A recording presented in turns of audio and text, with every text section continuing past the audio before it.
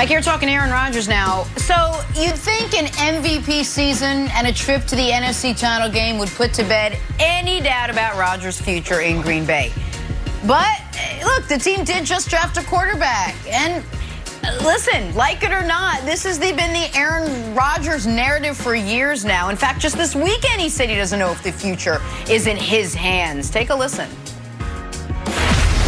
Yeah, so far it's definitely been my team. I said last year I didn't know if that was actually possible to be able to finish there. I still feel like that's kind of where we're at. I mean, I don't know that a lot of that's in my hands, but I guess we'll kind of see as we go. Well, when you say things like that, then he just said it's not in his hands. He might be right. Like things get misinterpreted.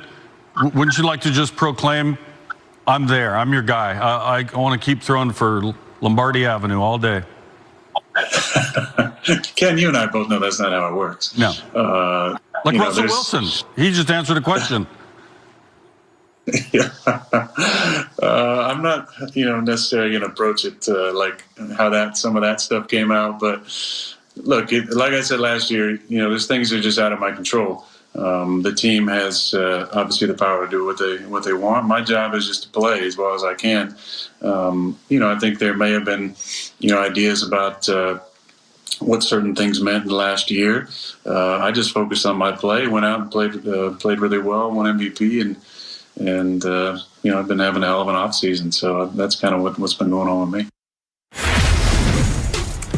The old wood paneling on the ceiling. Great. Greg Jennings, you spent 7 seasons with Aaron Rodgers. You hear what he said, how he answered the question. You think these comments leave you more or less convinced that everything is okay in Green Bay? Well, Jenna, I'm not convinced that everything's okay in Green Bay from the standpoint of Aaron Rodgers' future and that being solidified. I do believe and I do understand how this works when it comes to organizations and for players. We all know, Brandon, you know this very well. Teams play chess, and any great chess player or any chess player that has any information or idea on how to play the game of chess, you don't play move by move without knowing what it is you want to do and how you're going to anticipate moving forward. And that's right. Organizations in the NFL. They know exactly what they want to do and how they foresee the future. Do they want Aaron Rodgers right now? I do believe, yes, they want him right now. But they drafted Jordan Love. They moved up in the draft to acquire a guy who they felt like would be the heir apparent. And so when you do and you make chess moves like that, you are saying that I got to see this guy play. So the future is uncertain for Aaron Rodgers as far as and in terms of him being a lifer for the Green Bay Packers. Would he like to be? Yes, he's said that. And are they saying some things that align with that? Yes, but the action doesn't always meet right there in the middle. And so, Brandon, for me, I just don't see it. I think it's an uncertain future for Aaron Rodgers. And I think he is saying it himself. He's fully aware of how this stuff works. Hey, Greg, you know what I think Aaron Rodgers is really saying right now? He's saying, check. That's what he's saying. This is the perfect playbook for a guy who has all the leverage. Aaron Rodgers knows he has all the leverage. He doesn't have to say anything. How many times do we hear an athlete say, you know what, I just play ball, my agent handles all the business. But behind the scenes, you're sitting at the table, you're orchestrating everything, you know what's going on, and that's what Aaron Rodgers is doing. We saw this kid in practice. We know he can't replace me anytime soon. I don't even think they feel they can probably develop the kid. So Aaron Rodgers is sitting here saying, you know what, this is what I want. So I think they're in odds when it comes to what they're looking for. Are they looking for a 4-year deal? Are they looking for a 2-year deal? Guarantee money? That's what this is about. I go back to February 1st when Coach Matt LaFleur came out and he made his comment. He said, this guy's here for a long time. This is what he said. So this is how you know the deal's going to get done. Is that a trick question when we was asked about Aaron Rodgers' future? Absolutely, LaFleur said. There's no doubt about it. You're talking about the guy that's going to win the MVP of the league. We're not in this position without him. So I couldn't be happier with not only his performance, but how he led this football team.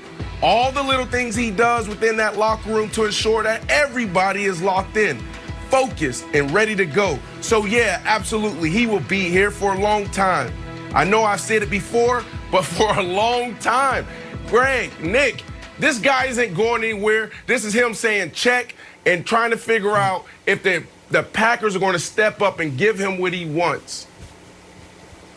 Well, then they should trade Jordan Love, because this is going to be an issue as long as Jordan Love is on the roster. Like, this is not complicated.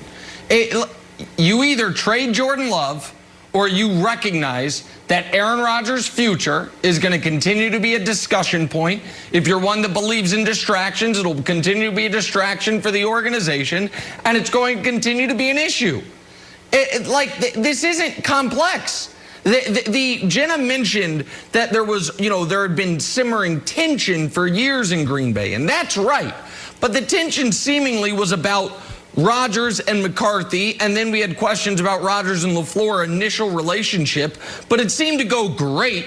They went 13-3, had home field advantage, or they went 13-3 and went to the NFC Championship game. But then they traded up to draft Jordan Love.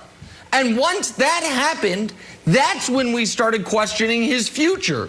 So, Greg, if the Packers really, if Rodgers does have the leverage, and the Packers really do want to commit to him, then cut your losses on Jordan Love. Listen, it was a bad draft pick. Can you get a second rounder for him? Maybe. Can you get a third rounder for him? Definitely, because he's only a year removed from being a late first rounder on most people's boards. And you cut your losses and you move on. But if you don't do that, then what you're going to have is the league MVP consistently adding a little fuel to the fire that, to be fair to Rodgers, Greg, they started. He did not start this fire.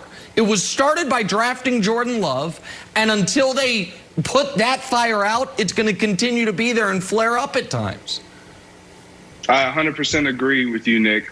Aaron Rodgers is not the type of guy that you can kind of set a fire and put it to flame, and then he doesn't add to that because of what you've already put in motion. But when we talk about Jordan Love, and I want to emphasize this, the Green Bay Packers, they're unlike a lot of organizations. They draft players to develop them. So they want to see Jordan Love, not only on the practice field that they're getting the opportunity to evaluate his play, but they want to see him on the game field. And I just don't believe that the Green Bay Packers are going to pack up Jordan Love, a talent that they moved up in the draft to draft, and then just say, oh, you know what, a team offer me something for him without ever being able to see him on the field. I just don't see that happening.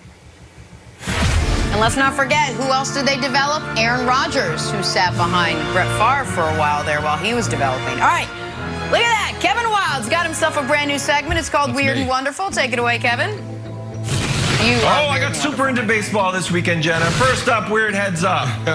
Angels, White Sox, 2 out, bottom of third, pop up. Tim Anderson's like, I got it, don't worry about it. Luis Roberts like, no, I got it. Ball bounced off my head. Little Jose Canseco action here. Key to Jose Canseco when the ball bounced off of his head, he actually blamed it on his glove. Can't take your hat off and rub your head. Looks bad. Next up, here's something that happened yesterday that we haven't seen in 100 years. Ohtani pitching and hitting, and not just like adequately. He threw 100 miles an hour plus, fastest pitch of the year. It's like, okay, that was pretty good. What should I do when I get up? Hello, blammo. Highest exit velocity of the year. So if you're keeping track at home, he threw the fastest pitch and hit the hardest home run. Ended up getting hurt covering home plate in the 5th inning. But overall, historic and just general awesome moment. Oh, what's next, Katanik? Impressive. After this beautiful month, that was fantastic. Oh, here's a good one. Angels, Astros, 1 out in the 7th. Oh, darn it all, I popped out. That's terrible. Wrong. You end up getting an RBI because Altuve scores from third base on a pop-up to second. This was amazing. You can hate the Astros if you want. They're 4-0, and Altuve plays the game the right way, except, when they're hearing pitches from the banging garbage can. But other than that, this is just an awesome play. I'm rooting for Altuve. And finally, that's an amazing John Boy play. Media if you want to see this wonderful breakdown. Castellanos gets hit by a pitch. He's like, all right, charge the mound because I hit a home run a few days ago. He ends up getting around to third, wild pitch. He gets home, flexes on the pitcher. That's right. Boom. Everybody gets mad, even though Russell Westbrook would do that after, like, or dunk down by 20. And then at some point, he talks about Yadi Molina. They have a little face-to-face, and this is what he said post-game about the ultimate respect he had for Yadi. But like I said, that guy could have punched me in the face. I still ask him for a signed jersey, but I got nothing but respect for that cat, bro. He's a real one.